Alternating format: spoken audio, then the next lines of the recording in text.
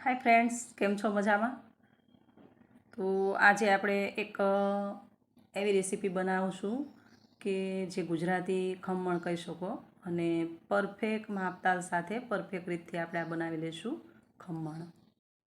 હવે જે બહાર મળે છે ખમણ, એવા જ ખમણ આપણે ઘરે કઈ રીતે બનાવી શકીએ, તો આજે જોઈ લઈએ પૂરી રેસીપી માપતાલ સાથે.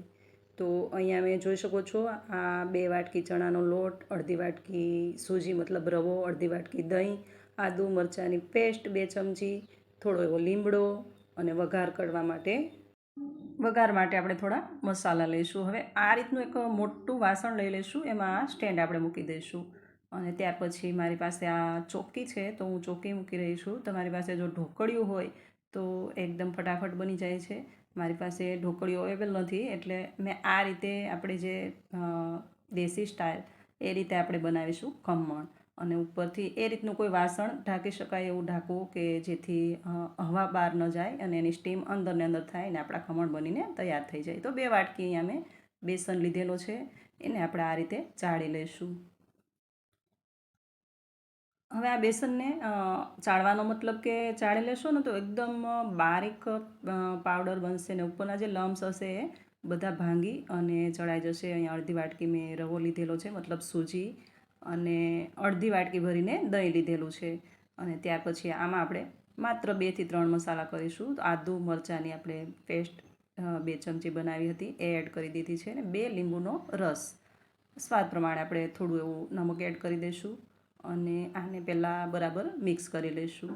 અને હવે જે આપણે સ્ટીમ કરવા માટે વાસણ રાખેલું, એમાં તમારે 2 થી 2.5 ગ્લાસ પાણી એડ કરીને ઉપર જે સ્ટેન્ડ લગાવી દેવાનું. થાળી ગ્રીસ કરીને પહેલેથી જ સ્ટીમ કરી લેવી ઢાંકીને. થોડી વાર સ્ટીમ થશે એટલે જ્યારે તમે આ બેટર અંદર રેડશો ત્યારે સ્ટીમ થઈ ગયેલી થાળીમાં ફટાફટ બની જશે. અને હવે આમાં જોઈએ એ પ્રમાણે થોડું થોડું પાણી એડ કરતા જઈશું, અને આને એકદમ પતલું બેટર બનાવી લઈશું. અને ત્યાર પછી અહીંયા મેં એક પૂરું પેક ઈનોનું, જે સોલ્ટ ઈનો આવે છે, એનું એક પેકેટ એડ કર્યું છે.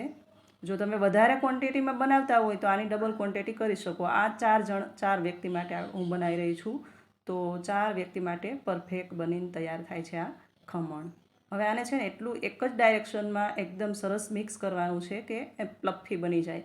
અને ત્યાર પછી જોઈ શકો છો આપણી આ સ્ટીમ થયેલી ચોખ્ખી એકદમ જ રેડી છે. તો હવે આમાં ફટાફટ આપણે આ બેટર રેડી દઈશું, અને ત્યાર પછી આ રીતનું મોટું એક વાસણ એને ઉપરથી ઢાંકી દઈશું, અને આને 10 થી 12 મિનિટ માટે સ્ટીમ કરી લઈશું. અને આ જ્યારે 10-12 મિનિટ માટે તમે સ્ટીમ કરો ત્યારે ચેક કરી લેવાનું કે તમારી જે ફ્લેમ હોય છે એ મીડિયમથી હાઈની વચ્ચે હોવી જોઈએ. એટલે મતલબ હાઈ ફ્લેમ પર જ આપણે આને સ્ટીમ કરવાનું છે. જોઈ શકો છો આપણા આ ખમણ બનીને તૈયાર છે. હવે આને લગાવી દઈશું આપણે તડકો, મતલબ આ નાયલોન ખમણ બનીને તૈયાર છે.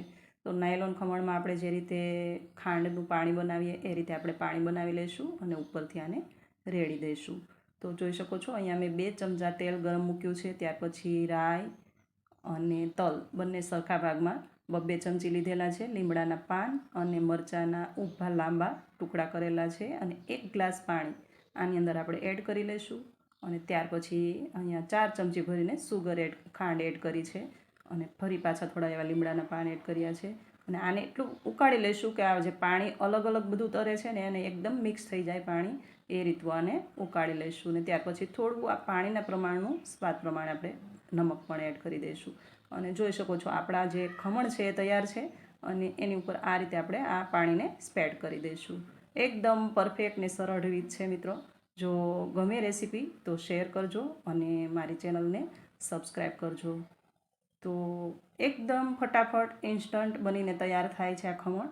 અને પરફેક્ટ નાયલોન ખમણ જે આપણે ખાઈએ છીએ એ જ ટેસ્ટ મળે છે, કારણ કે આ જે પાણી છે એ 1 ગ્લાસ ભરીને આપણે એડ કર્યું હતું, થોડું એવું ઉકાળ્યું છે, અને પછી બધું જ પાણી પૂરેપૂરું આની અંદર એડ કરી દઈશું. છેક નીચે સુધી તમારું પાણી જતું રહેશે, અને એકદમ આ સ્પંચી બનશે. જોઈ શકો છો મારા આ જે ખમણ બન્યા છે આટલા થિકનેસમાં છે. આનાથી જો વધારે બેટર હોત તો આ પૂરી ચોકીની ઊંચાઈથી ખમણ બનત. તો આવી જ રેસીપી સાથે અવારનવાર આપણે મળતા રહીશું. તો ફરી મળીશું એક નવી રેસીપી સાથે. ત્યાં સુધી આવજો. Thank you for watching.